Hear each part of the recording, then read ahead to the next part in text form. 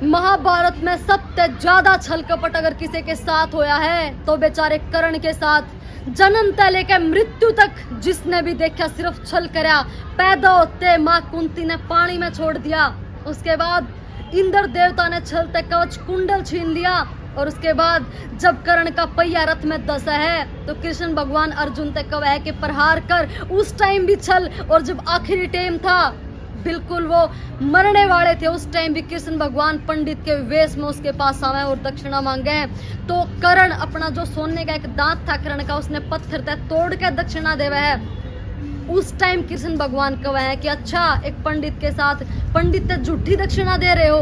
तो कर्ण कहे कि हे ब्राह्मण देवता मेरा शरीर इस अवस्था में नहीं है कि उठ खड़ा हुआ है। चलो आपने दूसरी दक्षिणा दूंगा लेकिन मेरा धनुष और तीर रखा हुआ है आप मैंने वो दे दो ताकि मैं उस आसमान में चला के आपने पानी की दक्षिणा दे सकूं वर्षा की दक्षिणा दे सकूं। तो वो पंडित बोला जो कृष्ण भगवान थे कि अगर मैंने तेरा तीर और धनुष उठा के दे दिया तो ये मेरा कर्म हो जाएगा और कर्म के बदले मजदूरी दी जाया करे दक्षिणा नहीं।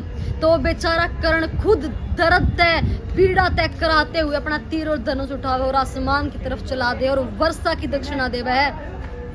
मेरे बाण भाइयों आज तक के इतिहास में कर्ण जैसा बलशाली और महादानवीर योद्धा ना तो कदे कोई होया और ना कदे कोई हो सकता। बेशक अर्जुन की जीत हुई हो पर अर्जुन जीते नहीं जिताए गए थे और कर्ण आ रहा था सिर्फ सत्य की जीत के लिए। कर्ण ने बेरा था कर्ण जाने था कि अगर मैं जिंदा रहा तो कौरवों की जीत पक्की है और अगर कौरवों की जीत होगी तो धर्म की आर हो जाएगी सत्य की आर हो जाएगी। इसीलिए बेचारे ने अपने कवच कुंडल तक अपने शरीर से निकाल के दान में दे दिए थे। और पर एक जगह पे जड़े वो बेचारा वो शब्द उसने ले बैठा वो था जब उसका रथ का पहिया दस है और कृष्ण अर्जुन की तरफ इशारा करा है कि यो मौका अर्जुन तीर चला। तो कर्ण को है कि हे मर्यादा पुरुषोत्तम हे श्री कृष्ण भगवान मर्यादा भूल गए क्या कि किसी बिना शस्त्र वाले के ऊपर प्रहार नहीं करा जाता। तो कृष्ण भगवान बोले तू के मर्यादा की बात करे है भूल गया जब तूने बड़ी सभा में द्रौपदी तो वेश्या कहा था।